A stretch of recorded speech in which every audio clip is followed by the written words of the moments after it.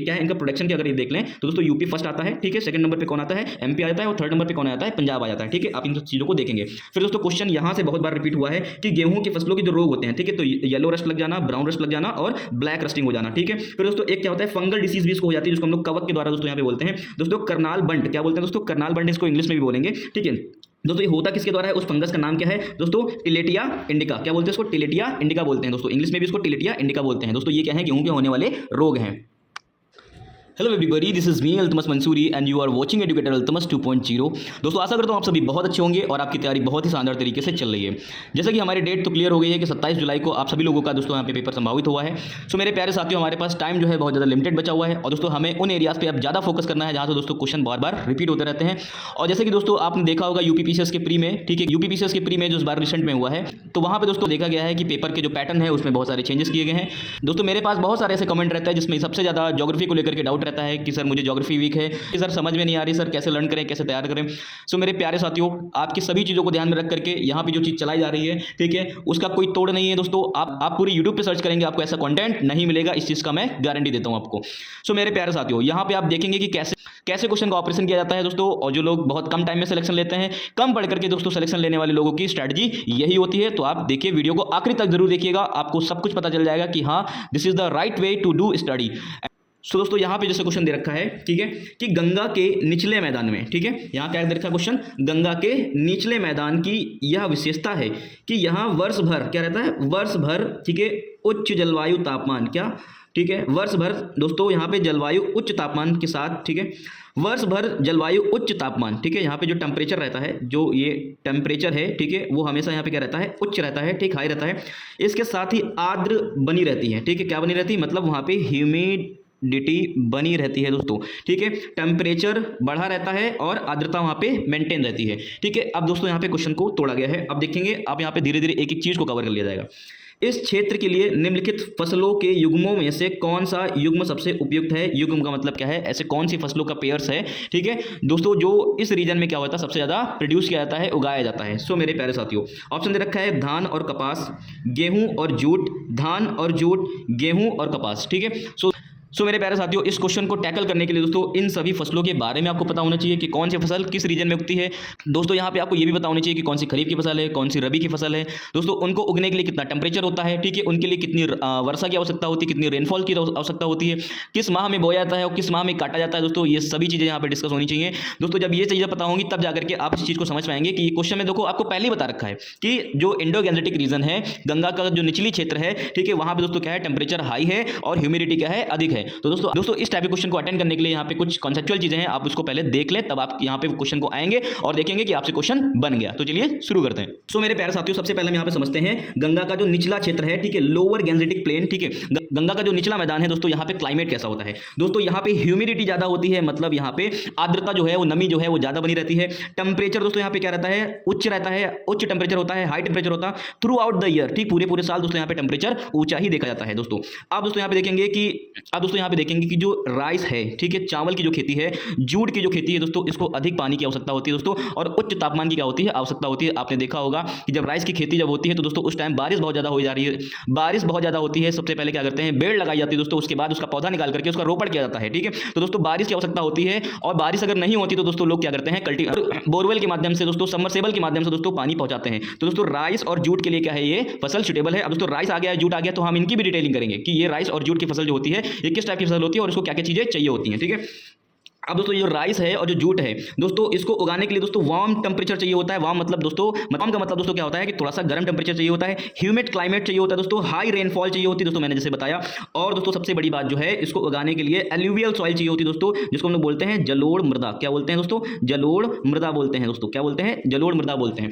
अब यहाँ पे आगे देखेंगे जो व्हीट है, गेहूं, ठीक है, ये दोस्तों कैसी है, एक विंटर क्रॉप है। आपको पता है कि आपने देखा होगा गेहूं की जब बुआई की जाती है दोस्तों, उस टाइम जाड़े चल रहे होते हैं, जैसे कि अभी होली का टाइम पीरियड आ गया है, तो गेहूं की फसल काटने का टाइम आ गया है, तो इसका मतलब क्या है कि अब गेहूं की फसल पक चुकी है। ठीक है, तो दोस्तों इसको बुआई कब की जाती है? ठंडे रीजन में किया जाता है। ठीक है, ठंडे मानसून में किया जाता है, मतलब विंटर क्रॉप से ये। ठीक है, और दोस्तों सूखा क्षेत्र चाहिए होता है, सूखा मतलब कि ज्यादा बारिश वारिश नहीं चाहिए, इसके बारे में अभी हम डिटेलिंग करेंगे। ठीक है, अब दोस्तों जो कॉटन की जो खेती होती है दोस्तों, उसको उगाने के लिए दोस्तों कैसा चाहिए होता है? ड्रायर रीजन चाहिए होता है, शुष्क क्षेत्र चाहिए होता है। दोस्तों आप मेरी बात को समझने की कोशिश कर रहे हैं। ठीक है, तो दोस्तों आपको ये सब चीजें डिटेलिंग से पता होनी चाहिए, क्योंकि दोस्तों पैटर्न चेंज हो रहा है। दोस्तों एग्जामिनर है वो क्वेश्चन को डिटेलिंग से बना रहे हैं, तो दोस्तों आपको ये चीजें डीप में पता होनी चाहिए। ठीक है, क्योंकि आप एक अधिकारी बनने जा रहे हैं, और अधिकारी बनने के लिए दोस्तों यहाँ पे आपको अच्छा ज्ञान होना आवश्यक है। अब दोस्तों बात यहाँ पे आ गई है कि इस प्लेन में हम लोग ये उगाते हैं। अब यहाँ पे थोड़ी चीजें और देख लें। ठीक है, कि जो निचले गंगा का मैदान है, दोस्तों जो निचला गंगा मैदान है, ठीक है, जो लोअर गैंजेटिक रीजन है दोस्तों, इसमें और क्या होता है? आर्द्र जलवायु होती है। ठीक है, मतलब कि यहाँ पे ह्यूमिड रीजन होता है। ठीक है, ह्यूमिड क्लाइमेट होता है दोस्तों, हाई टेम्परेचर चाहिए, उच्च तापमान होता है दोस्तों, पर्णपाती वन पाए जाते हैं यहाँ पे दोस्तों। कैसे वन पाए जाते हैं? पर्णपाती वन पाए जाते हैं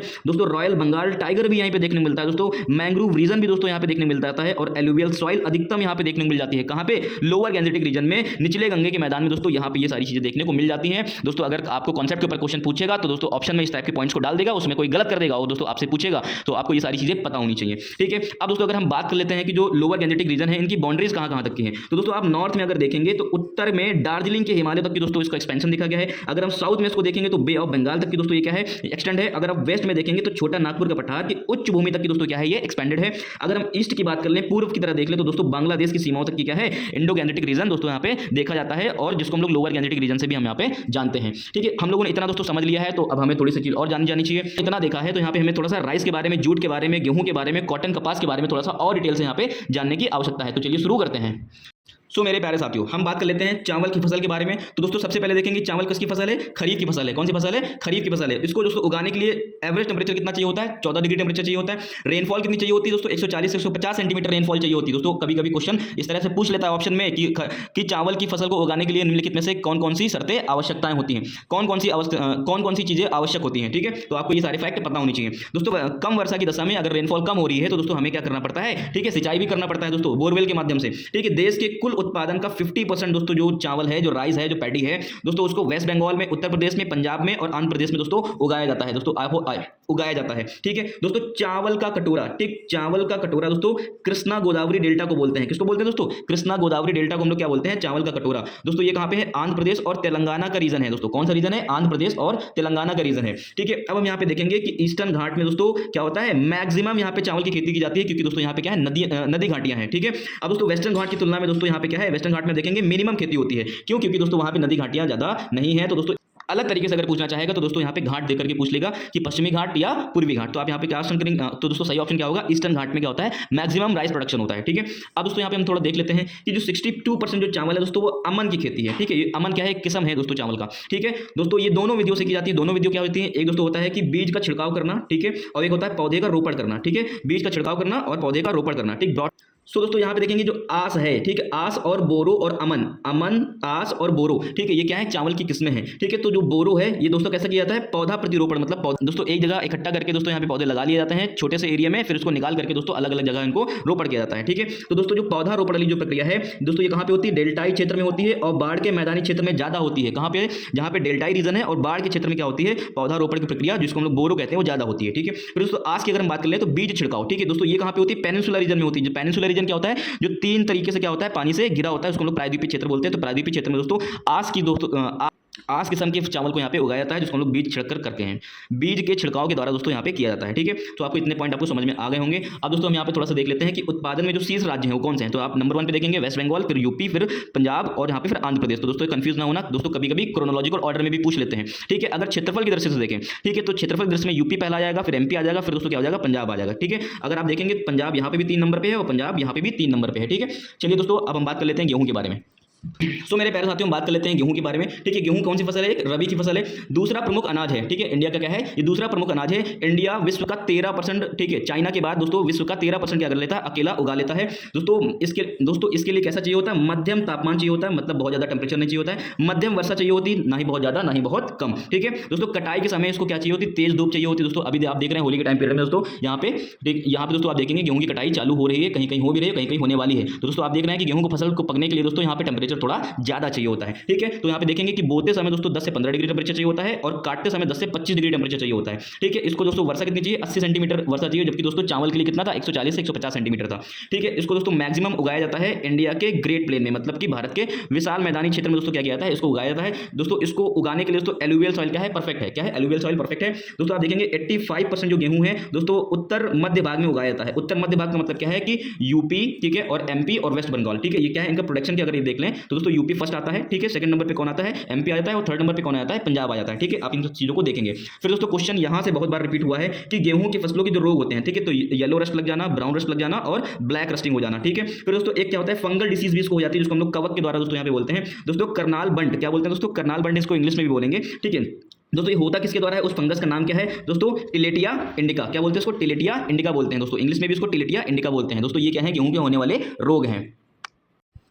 फिर मेरे प्यारे साथियों थोड़ा सा हम जूट के बारे में बात कर लेते हैं। तो जूट एक कैसी फसल है, खरीफ की फसल है दोस्तों। इसको उगने के लिए दोस्तों कैसा रीजन चाहिए होता है, उष्णकटिबंधीय क्षेत्रफल चाहिए होता है, ठीक है। और इसको टेम्परेचर कितना चाहिए, 24 से 25 डिग्री टेम्परेचर चाहिए। अब यहाँ पे देख रहे हैं इसको टेम्परेचर ज़्यादा चाहिए ना, ठीक है, टेम्परेचर क्या चाहिए, ज़्यादा चाहिए, ठीक है। तो दोस्तों इंडो-गैंजेटिक प्लेन जो है वहाँ पे टेम्परेचर क्या है, ज़्यादा है, ठीक है। इसको बारिश भी क्या चाहिए, ज़्यादा चाहिए, 125 से 150 सेंटीमीटर ऑलमोस्ट। आप देख रहे हैं कि राइस के कंपेरिजन वाला इसको यहाँ पे क्या चाहिए, मौसम चाहिए, ठीक है। तो राइस के लिए भी कितना चाहिए होता है, 140 से 150। तो दोस्तों इसको ज़्यादा रेन भी चाहिए होती है दोस्तों। इस वजह से क्या है, ये कहाँ पे उगाया जाता है, इंडो-गैंजेटिक प्लेन में उगाया जाता है, ठीक है। चीका युक्त दोमट मिट्टी चाहिए, दोमट मतलब एलुवियल सॉइल चाहिए। जो चीजें मतलब राइस को उगाने के लिए जरूरत है वही चीजें इसको भी यहाँ पे जरूरत है, ठीक है। जूट को गलाने के लिए या फिर जूट को धोने के लिए बड़ी मात्रा में स्वच्छ जल चाहिए होता है, ठीक है। इसको पानी ज्यादा आवश्यकता होती है। पकते टाइम दोस्तों पकने में दोस्तों इसको 10 से पकने में दोस्तों इसको 8 से 10 महीने लग जाते हैं। वेस्ट बंगाल में दोस्तों इसको व्यापारिक फसल के रूप में किया जाता है, ठीक है। इंडिया दोस्तों 60% जूट क्या करता है, प्रोवाइड करता है दोस्तों। इंडिया क्या है, जूट के मामले में फर्स्ट कंट्री आ जाता है।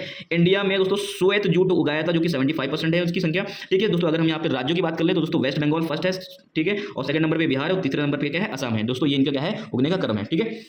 अब दोस्तों यहाँ पे हम लोग बात कर लेते हैं कपास के बारे में, ठीक है। तो कपास कैसी फसल है, खरीफ की फसल है, ठीक है। आप यहाँ पे देखेंगे जूट भी कैसी फसल है, खरीफ की फसल है, और कपास भी क्या है, कॉटन भी क्या है, खरीफ की फसल है दोस्तों। आप ऐसे याद कर लेंगे, क्रम से याद करते तो भूल जाते हैं, ठीक है। खरीफ और रबी की फसल आपस में मिल जाती है, ठीक है। तो आप ऐसे याद करिए, ठीक है। इंडिया की दोस्तों ये क्या है, देशज पौधा है, ठीक है। क्या है, देशज पौधा है। विश्व का पहला देश ऐसा है जिसने दोस्तों क्या किया है, कपास के ऊपर ज्यादा काम किया है, ठीक है। अब दोस्तों यहाँ पे देखेंगे 6 से लेकर के 8 महीने में इसको पकने का समय लगता है। 21 से लेकर 30 डिग्री चाहिए होता है, टेम्परेचर चाहिए होता है, ठीक है। 21 से लेकर 30 डिग्री टेम्परेचर चाहिए होता है, मतलब टेम्परेचर ज़्यादा चाहिए होता है, लेकिन उसको दोस्तों बारिश ज़्यादा नहीं चाहिए, 50 से 75 सेंटीमीटर ही रेंज चाहिए, ठीक है। जब इसके फूल उगते हैं तो दोस्तों उस टाइम में क्लाउड फॉर्मेशन नहीं होना चाहिए, नो क्लाउड, बादल रहित आसमान होने चाहिए, ठीक है। उसको उगाने के लिए कौन सी फसल होती है दोस्तों, ब्लैक सॉइल होती है दोस्तों।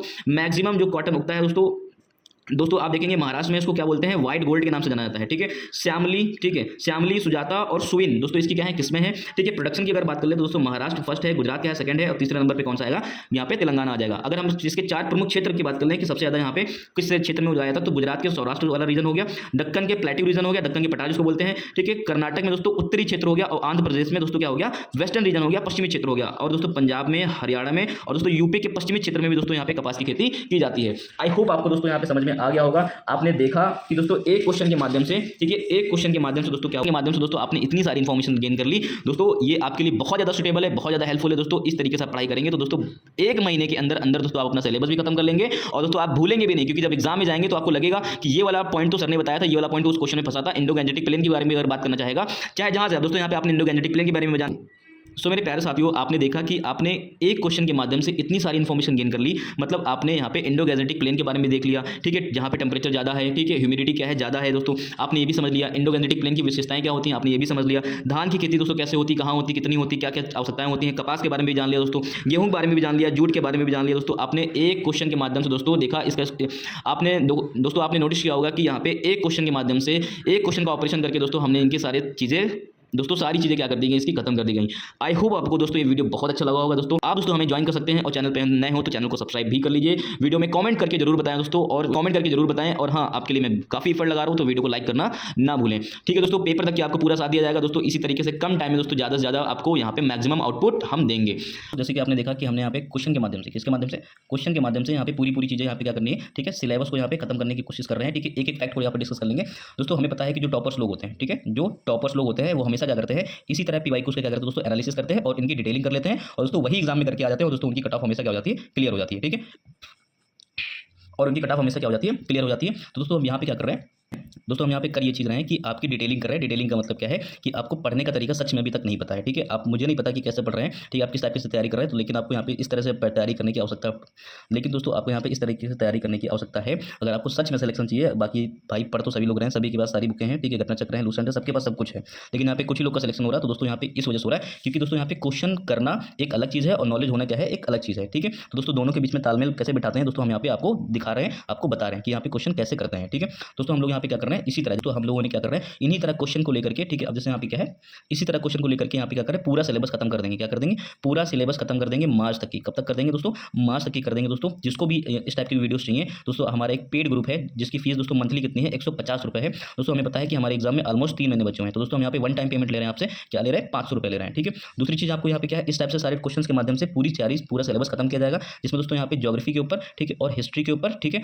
और यहाँ पे साइंस के ऊपर और पॉलिटी के ऊपर और दोस्तों करंट अफेयर के ऊपर विशेष ध्यान दिया जा रहा है। क्या दिया जा रहा है, विशेष ध्यान दिया जा रहा है। और साथ ही साथ क्या दोस्तों आपके पास हमें पता है सभी प्रकार की घटना चक्र हैं, ठीक है, करीबन 8 किताब है घटना चक्र की जो कि आपके पास है, लेकिन दोस्तों उसके शॉर्ट नोट्स आपके पास नहीं है। क्या शॉर्ट नोट्स आपके पास नहीं है। और दोस्तों पेपर जब देने जाएंगे तो आपको पता है कि पेपर के पहले आपको पूरा रिवाइज करना होता है, लेकिन आप दोस्तों अब इतना टाइम बचा नहीं है कि आप शॉर्ट नोट्स बना पाएंगे। तो दोस्तों हम यहाँ पे आपको इस पेड ग्रुप में आपको सारी एक एक चैप्टर का एक एक टॉपिक वाइज यहाँ पे क्या कर रहे हैं, शॉर्ट नोट्स दिला रहे हैं, इसमें एक भी चीज़ क्या कर रहे हैं, मिस नहीं की गई है और वन लाइनर के फॉर्म में है दोस्तों। सभी बुक्स को यहाँ पे क्या किया गया है, 20-20, 30-30 पन्नों में क्या कर दी गई, खत्म कर दी गई, जो कि आपके रिवीजन पर्पस के लिए बहुत ज़्यादा नेसेसरी है। फिर दोस्तों तीसरी चीज़ हम यहाँ पे ये कर रहे हैं कि आपको रेगुलर 100 क्वेश्चन की कोशिश करा रहे हैं। दोस्तों ग्रुप हमारा 4 मार्च से स्टार्ट हो गया था, जिसमें ऑलमोस्ट अभी तक यहाँ पे 800 से लेकर के 1000 क्वेश्चन तक की क्या हो गया यहाँ पे डिस्कस हो चुके हैं, ठीक है। उसके बाद दोस्तों हमारा टारगेट है कि हमें 8 से 9000 क्वेश्चन यहाँ पे क्या करेंगे दोस्तों, करके जाएंगे, क्योंकि हमें पता है कि क्वेश्चन प्रैक्टिस करना is a very essential part of the preparation. क्योंकि दोस्तों हमें पता है कि आपने अगर 5000 क्वेश्चन किए हैं और किसी व्यक्ति ने अगर 10,000 क्वेश्चन किए हैं तो दोस्तों सिलेक्शन किसका होगा, आप खुद सोच के देखिए। आप 5000 सिचुएशन को देखे हैं दोस्तों, उसने 10,000 सिचुएशन को देखा, डैम श्योर इसका होगा। दोस्तों हमारा टारगेट है कि 8 से 9000 क्वेश्चन यहाँ पे क्या करेंगे, आपको प्रैक्टिस कराएंगे, जो कि आपकी तैयारी को क्या देगा, बूस्ट देगा और आपकी एक्यूरेसी रेट को क्या करेगा, हिट करेगा और अच्छा करेगा।